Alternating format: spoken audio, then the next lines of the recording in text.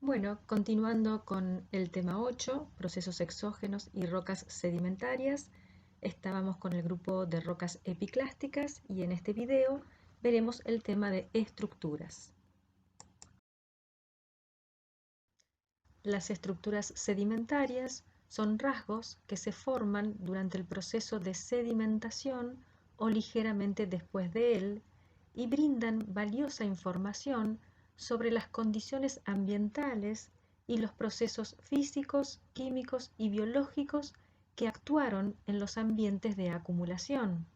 En general, se aprecian en afloramientos, como los que vemos en las imágenes, aunque también en muestras de mano y corte delgado al microscopio. Es decir, se presentan con muy diversas escalas, desde milímetros hasta centenares y miles de metros. Como veremos al finalizar, proveen información que resulta importante en la reconstrucción de los procesos sedimentarios y los ambientes del pasado. Hay numerosas estructuras sedimentarias. Nosotros vamos a describir algunas de ellas y las vamos a clasificar en base a su posición con respecto al estrato. De acuerdo a ello, tenemos estructuras externas al estrato, que es la estratificación, estructuras sobre los planos de estratificación, veremos hóndulas y grietas de desecación, y estructuras internas al estrato y veremos estructura masiva, laminación, estratificación o laminación entrecruzada y estratificación gradada. Definimos primero qué es un estrato. Es un cuerpo de roca sedimentaria de composición esencialmente homogénea, limitado por superficies denominadas planos de estratificación, que representa cambios en las condiciones de sedimentación. Este de color pardo claro es un estrato y este de color marrón oscuro es otro estrato. Este plano de estratificación es el piso de este estrato y este plano es el techo de este estrato y a su vez es el piso del estrato que está inmediatamente por encima. En general, cada plano de estratificación marca el final de un episodio de sedimentación y el comienzo de otro. Las variaciones de textura, composición y potencia reflejan las diferentes condiciones bajo las cuales se depositó cada capa. Es importante que tengan presente que los estratos son rasgos exclusivos de las rocas sedimentarias. Un estrato se caracteriza por una determinada composición y textura, un determinado espesor o potencia que se mide perpendicularmente al techo y piso y puede tener diversas formas, como por ejemplo tabulares, como son los de esta imagen, cuneiformes o lenticulares. Aquí vemos más ejemplos de estratos tabulares. Marcamos aquí cómo se mide el espesor perpendicularmente a techo y piso. Y acá vemos un ejemplo de un estrato lenticular y que corresponde a un depósito de canal fluvial. La estratificación es el principal rasgo de las rocas sedimentarias y es la propiedad que tienen estas rocas de disponerse en capas o estratos con cierto paralelismo. Esta disposición en capas o estratos horizontales se produce en el momento de la depositación del material en una cuenca sedimentaria. Y como ya explicamos en un video anterior, este material sufre luego enterramiento y litificación. La imagen de la derecha muestra un afloramiento de rocas sedimentarias estratificadas, es decir, que estas rocas, originalmente formadas en una cuenca sedimentaria, han sufrido un proceso de levantamiento que las dejó expuestas y, por lo que podemos observar además, han conservado su posición horizontal original, es decir, no han estado sometidas a procesos de deformación como los que generan, por ejemplo, plegamientos. Aquí vemos una imagen del Gran Cañón del Colorado que muestra también otro ejemplo de estratificación horizontal. Pasemos a ver ahora estructuras que se desarrollan sobre los planos de estratificación. Veremos hóndulas y grietas de desecación. Las hóndulas son pequeñas ondas u ondulaciones que se forman en la superficie de un sedimento por la acción de corrientes de agua, viento u oleaje. Cuando están litificadas se denominan ondulitas. La parte más elevada de la ondulación se denomina cresta y estas siempre forman ángulos rectos con respecto a la dirección del movimiento del agua o del viento.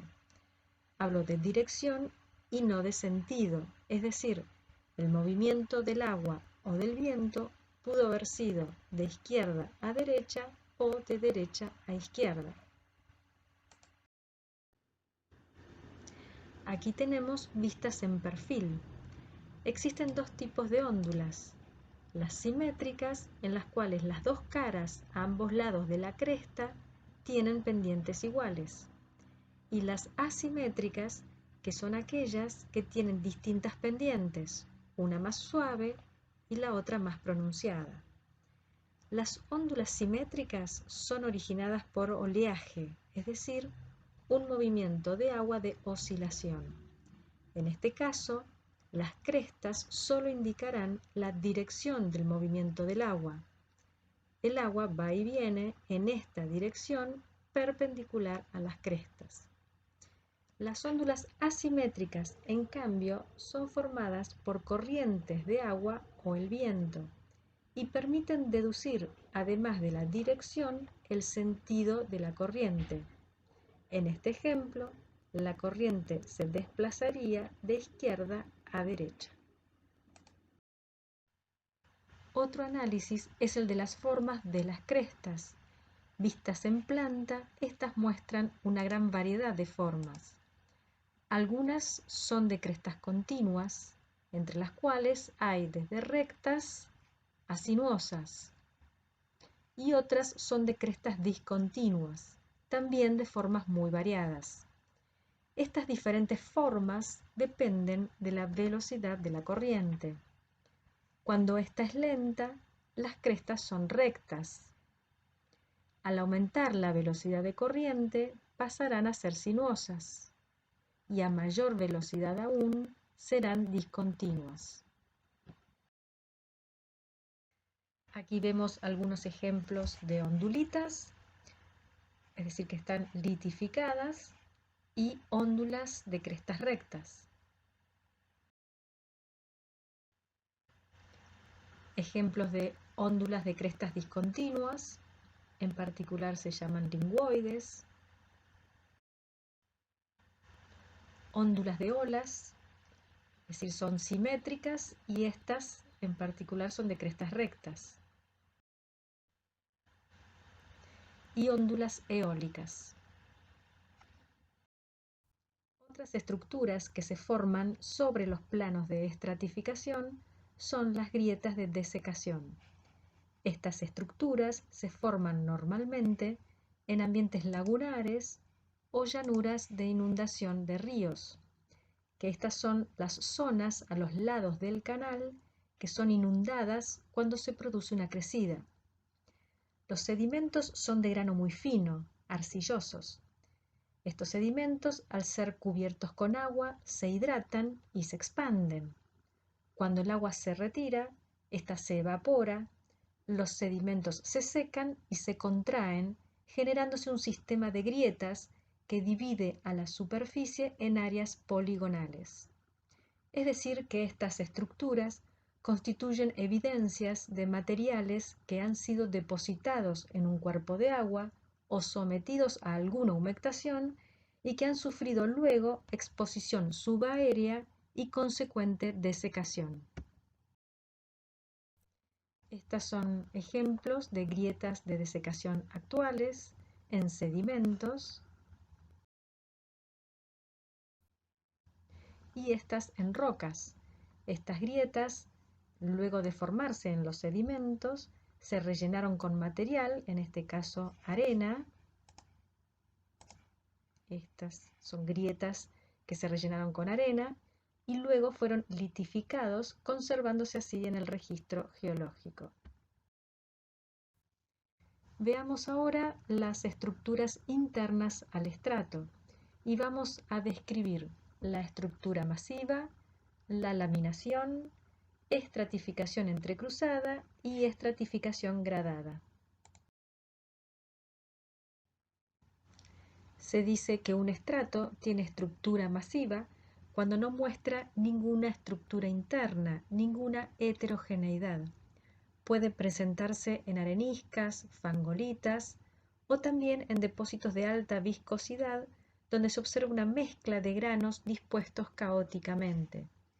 Es el ejemplo de este depósito glacial con estructura masiva, o aquí en esta imagen vemos pelitas que están erosionadas pero que tienen una estructura interna masiva, y aquí arriba areniscas estratificadas. La laminación consiste en la disposición paralela de capas de sedimentos muy delgadas, de un espesor menor a 1 centímetro. Si esas capas tuviesen un espesor mayor a 1 centímetro, sería un estrato. Estas láminas son de sedimentos de diferente tamaño de grano o composición. Cuando el sedimento es de grano fino, la laminación indica que la depositación tuvo lugar en el agua y que la energía era baja. Aquí vemos otro ejemplo de laminación. Otra estructura interna es la estratificación o laminación entrecruzada, y que consiste en una serie de láminas o capas que se disponen en forma oblicua con respecto a los planos de estratificación. Se llamará estratificación entrecruzada si esas capas tienen un espesor mayor a 1 centímetro, y de lo contrario será laminación entrecruzada. Aquí vemos un ejemplo de estratificación entrecruzada, donde vemos las capas que están dispuestas, como dijimos, en forma oblicua con respecto a los planos de estratificación. Esta estructura se origina, por ejemplo, por procesos de migración de óndulas. El viento o una corriente de agua, al pasar sobre la óndula, moviliza las partículas que están en la cara de barlovento, que es la que enfrenta a la corriente.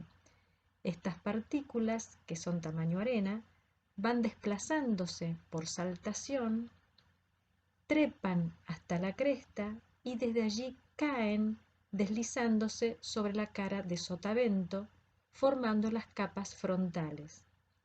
Es decir, que la corriente erosiona la cara de barlovento y deposita el material en la cara de sotavento, formando capas que se disponen de manera oblicua al plano de estratificación. De esta manera, las óndulas se van desplazando lentamente en el sentido de la corriente. Esta estructura también se forma por procesos de migración de dunas, que son rasgos de acumulación eólica y que son de mayores dimensiones.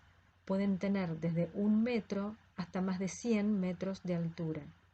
El mecanismo de formación de la estructura interna es el mismo que en las óndulas. Cambian las dimensiones. Cuando esta estructura se forma por el viento, podemos encontrar que la dirección de inclinación de las capas se invierte debido a cambios en la dirección del viento, lo que no ocurre normalmente en el caso de las corrientes de agua. Este es otro ejemplo de estratificación entrecruzada eólica formada por migración de dunas. Fíjense, para tomar una referencia de escala, que aquí hay una persona. Recuerdan que vistas en planta, las óndulas pueden tener distintas formas de las crestas, rectas, sinuosas o discontinuas en función de la velocidad de la corriente. En función de ello, tendremos distintos tipos de estratificación entrecruzada.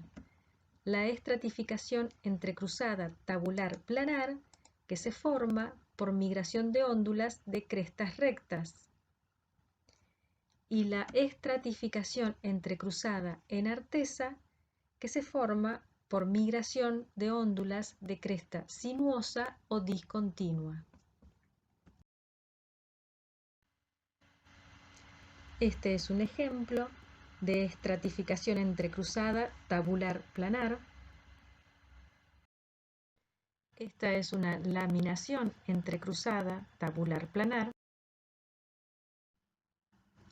Y este un ejemplo de estratificación entrecruzada en artesa. Otro ejemplo de estructura en artesa. Finalmente veremos la estratificación gradada. Consiste en una variación gradual de la granulometría, es decir, del tamaño de los clastos, desde la base hacia el techo del estrato. Esto se produce por un cambio gradual de energía del agente. Cuando se ve una disminución del tamaño de los clastos desde la base hacia el techo, es decir, una textura grano decreciente, se denomina estratificación gradada normal o directa.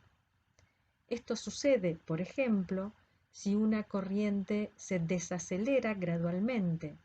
A medida que disminuye su velocidad, irá depositando clastos cada vez más pequeños. En caso contrario, será una estratificación gradada inversa. La granulometría aumenta gradualmente hacia el techo del estrato.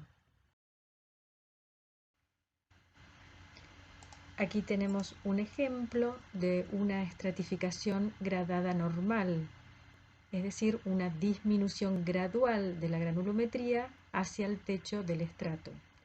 Y en este caso, una estratificación gradada inversa. Es una textura grano creciente, aumenta la granulometría hacia el techo del estrato. Quiero finalizar esta clase remarcando la importancia de las estructuras sedimentarias. Estas nos permiten hacer inferencias sobre las características del medio de depositación. Nos permiten, como vimos, determinar la dirección y sentido de las corrientes que depositaron los sedimentos, por ejemplo, a través del análisis de las ondulitas, y, consecuentemente, en el caso de corrientes de agua, deducir las paleo-pendientes del terreno.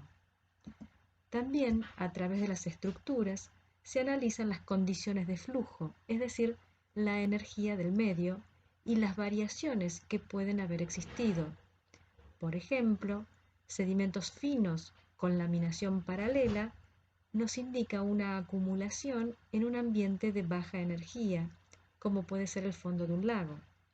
O un depósito de estratificación gradada nos indicará una variación gradual de energía del agente. Lo mismo si encontramos óndulas que varían desde crestas rectas a sinuosas. También nos dan información sobre las condiciones de fluidez de los agentes. Por ejemplo, las capas masivas y con textura mal seleccionada indican agentes viscosos. Por el contrario, la estratificación entrecruzada es producida únicamente por agentes de alta fluidez como el viento o el agua. Además, si esa estratificación entrecruzada es tabular planar, nos indicará un ambiente de menor energía. En cambio, si es en artesa, nos hará suponer condiciones de mayor energía del agente. Otras características adicionales se refieren, por ejemplo, a que hay estructuras que por el solo hecho de encontrarse presentes son importantes para el diagnóstico de paleoambiente de depositación. Por ejemplo, las grietas de desecación indican que los sedimentos han estado alternativamente sometidos a períodos de humectación y de desecación. Así, el estudio de los atributos de las rocas sedimentarias, es decir, de la textura, la composición, las estructuras, la procedencia y el análisis de los fósiles que contienen, nos permite reconstruir los ambientes del pasado, es decir, los paleoambientes sedimentarios, y con ellos reconstruir la historia de la Tierra. Bueno, aquí cerramos el tema de rocas sedimentarias epiclásticas. Las próximas clases veremos los otros grupos de rocas sedimentarias que son las piroclásticas y las químicas y bioquímicas.